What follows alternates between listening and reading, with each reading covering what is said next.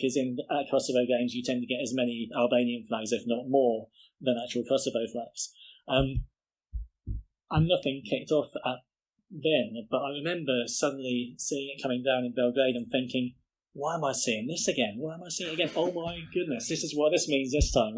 And yeah, it came down, and suddenly the place started going berserk. And I think it was Stefan Mitrovic, the Serbia defender, centre back. I think he was at Anderlecht, wasn't he, at the time?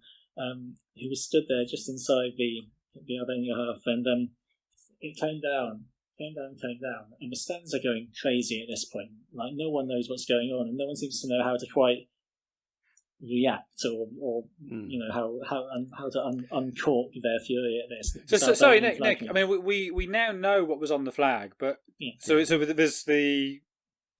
So yeah, it was a map that somebody had drawn of a notional Greater Albania, which was basically all of the lands in ex-Yugoslavia, all around ex-Yugoslavia, that Albanians would consider theirs. So you've got Albania as we know it now, you've got Kosovo, and you've also got a part of North Macedonia. And it had drawn out those territories and then written the word autochthonous. Which autochthonous is a word that I only ever see in the context of Albania. Like, it's only ever used of Kosovo and North Macedonia. It's not used of anywhere else in the world, as far as I'm aware. But it means sort of. Yeah, I think that was the first time I'd ever come across it, but I've come across it subsequently. But it basically means the indigenous people of an area, right? Mm. Exactly.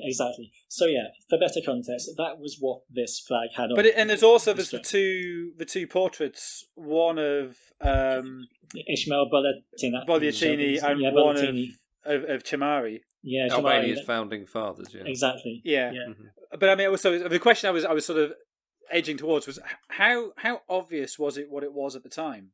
Was it clearly kind of a bit of Albanian propaganda at the time, or was it only subsequently that became apparent?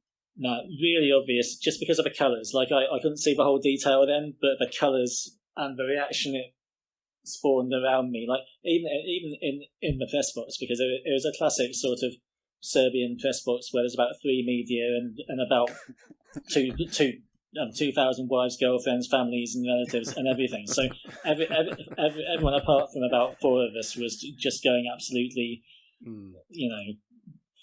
mad about it. No, it was obvious what it signified, definitely. Mm-hmm. So as it comes down, it's being caught by a Serbian player, Mitrovic. Now, I thought at the time, and I still think, that Mitrovic was going to take it, roll it up, and put it on the side, and say, I want to get on with my game of football. That's what I genuinely think. Maybe I was naive, and maybe I really am.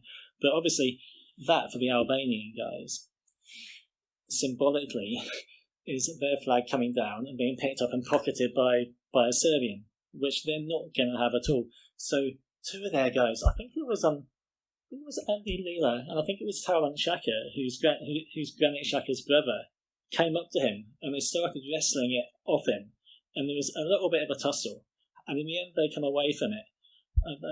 They come away with it. And the whole sequence ends up with Bekim Balai, who was the centre forward, who I think scored the winner against Portugal in the game that you spoke about earlier, going towards the side with the flag, but he's going towards like the Serbian bench and substitutes and everything. And that's where a lot of the scenes that you may have seen from this game really kick off. You have substitutes piling in. You have a fan coming on attacking Balai with a chair. You have Loic Sana. Well, the weird thing is, it's not even a chair, is it? It's like a little plastic stool. There's no. It's a plastic stool. I just can't work out who on earth would have had that with them. Like, it's the kind of thing that I don't know, like a grandparent might take to school sports day. It's such a kind of odd weapon. Like, of all the weapons to kick the thing off, a little kind of granny stool. It's like, I love that's your takeaway from that scene. But but there's something there's almost something comic about it. It's so sort of like this furious man with this pathetic weapon trying to hit Bella with it, and then Loic piles in and absolutely nails a guy. He piles in, and there's just like a general melee, I would say, for about a minute and a half, and then you've got on the other side of the pitch, you've got this bald figure in shorts. Not me, by the way. It was much as I was tempted to weigh in. The spectre at the feast, yeah. Yeah, exactly. It was a quite notorious Serbian hooligan called Ivan Bogdanov, who'd been in trouble for quite a lot in years gone by, and I think had a spell in prison.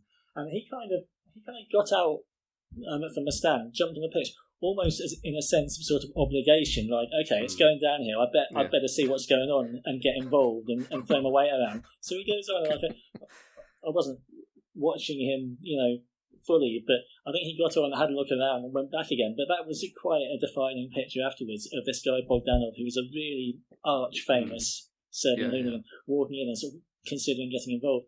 But so the stuff's still coming down onto all the Albanians, and all of this is happening in about a 2-minute window. Yeah. That's what's happening. But how it ends, or how this bit of it ends, is, so I was sat with Sasha right above the tunnel, which is one of those extendable, slightly wobbly fold-out things, And so the Albanians have decided to leave the pitch. So they're walking off, and then suddenly, absolute pelters from the stands, and a few fans coming on starting to try and kick them. There's a guy in red shorts and skins just sort of, taking swipes at people. And they're all suddenly covering their heads and running down the tunnel in absolute fear. There's genuine fear because they're being hit by absolutely everything. And the tunnel is kind of swaying this way and that because they're all kind of bundling into each other in the tunnel, just trying to get down it. And it was that moment when the Albanians were running down the tunnel with the obvious terror in their faces where I kind of thought, here, hang on, this could absolutely go any way here. Anyone could get hurt seriously. This could end up very bad. That was as bad as it got. But it was a tremendously weird and unsettling thing to see right in front of your face. Yeah, I know this sounds a bit sort of weird thing to say, but looking at that footage and hearing what you said there, when Stefan Mitrovic, he takes down that flag and all the rest of it, like, I am. Again, I say this as an Englishman who clearly doesn't understand the situation, or certainly cannot get into the mindset of the passions that run high in this. But it was the Albanian players sort of rushing towards him and grabbing that flag and so on. I just think to myself, had they not have done that, and I'm not blaming or sort of pointing at them, because clearly, as you say, they got a lot of treatment and so on. But looking back over this, it's a surprise reaction from those players. But I say that in my naivety as someone who doesn't quite get it.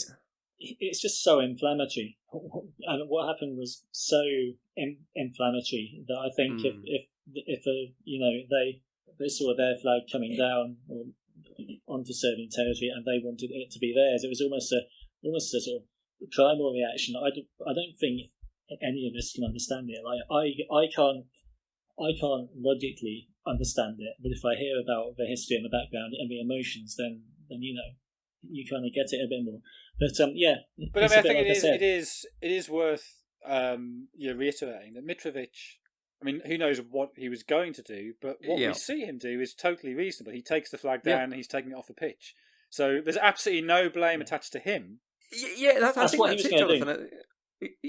That to me is kind of like, oh blimey, like, right, we've got a game of football here to play, and that's where the footballers, some of the footballers almost sort of forget why they're there and so on. And again, I understand that as much as I can, thus probably not understanding it, if you see what I mean.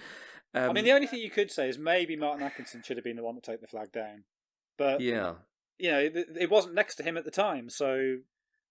It's a strange one. I mean,